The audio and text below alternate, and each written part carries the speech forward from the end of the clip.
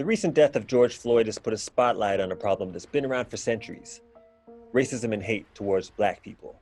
We all have our experiences, but they're not always easy to talk about.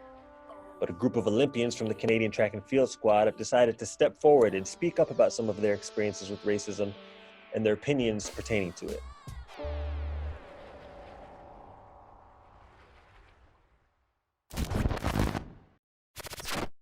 What is the look?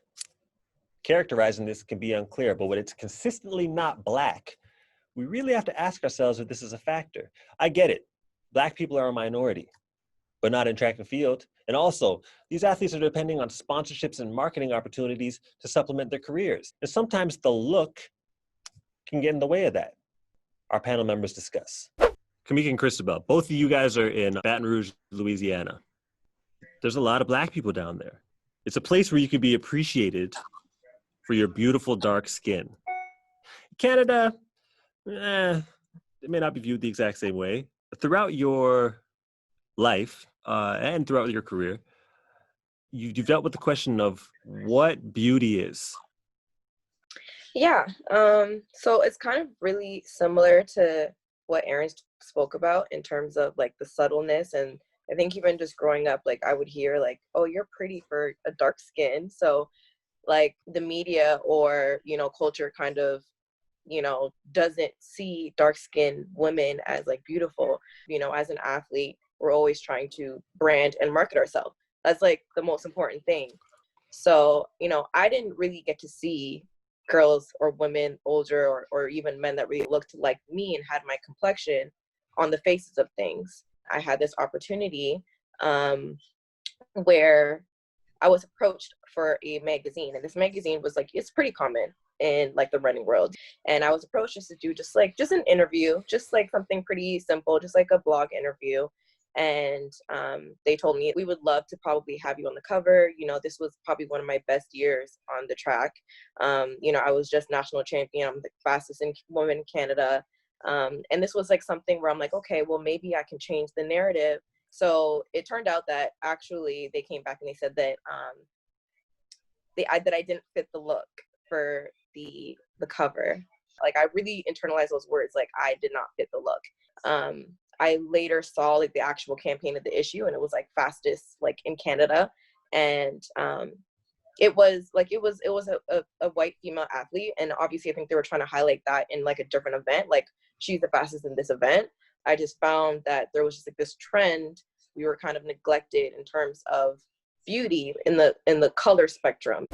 Let me get my notebook up for this one, because Christabel's got a lot of accomplishments. Christabel, from 2015 to 2017, was ranked in the top 5 in the world. 2015 at Worlds, she was ranked number 1 in the world going in. 2018, she won the Commonwealth Games. Big up the Commonwealth Games, like I said before. All the Canadian records, indoors and outdoors. She's perennially on the circuit. She's known in Europe, but she has no notoriety in Canada. Let me not say none, because you got a little Nike contract. You don't say it. Would it be fair to say that it's crossed your mind nothing has come your way because of the color of your skin? I never wanted to believe like that is the reason why I haven't got things, but I always just assume that when you do well, your marks speak for themselves and things come to you. And for the longest time, that was never the case for me, but I would see like my peers or people who are not even competing as well as I would, and they'd be getting not even just track, like shoe sponsorship, but just like in terms of like any type of marketing, they would be getting that and I was getting nothing my way. And it kind of did cross my mind that maybe that is the reason why. And I've had like agents reach out to companies and bring me forward. And a lot of the times they say like, oh, we're not moving in that direction. We're not working with field events. And then they picked up field eventers. And the main difference is really skin color. A lot of them are not competing on the same level as I am. A lot of them are not on the circuit or competing at the senior level. So yeah, I never want to think that it's never just about how I compete. Well, I was confused by it. I didn't really understand it. And now I'm just like, I don't have a say. So it doesn't really make a difference for me to like worry about it. I meant to say, have any of you felt like you had any sponsorship issues that had to do with color, or perhaps money you got on your shoe contract was less than you may have gotten if you weren't Black? If you don't want to answer that, I 100% get it.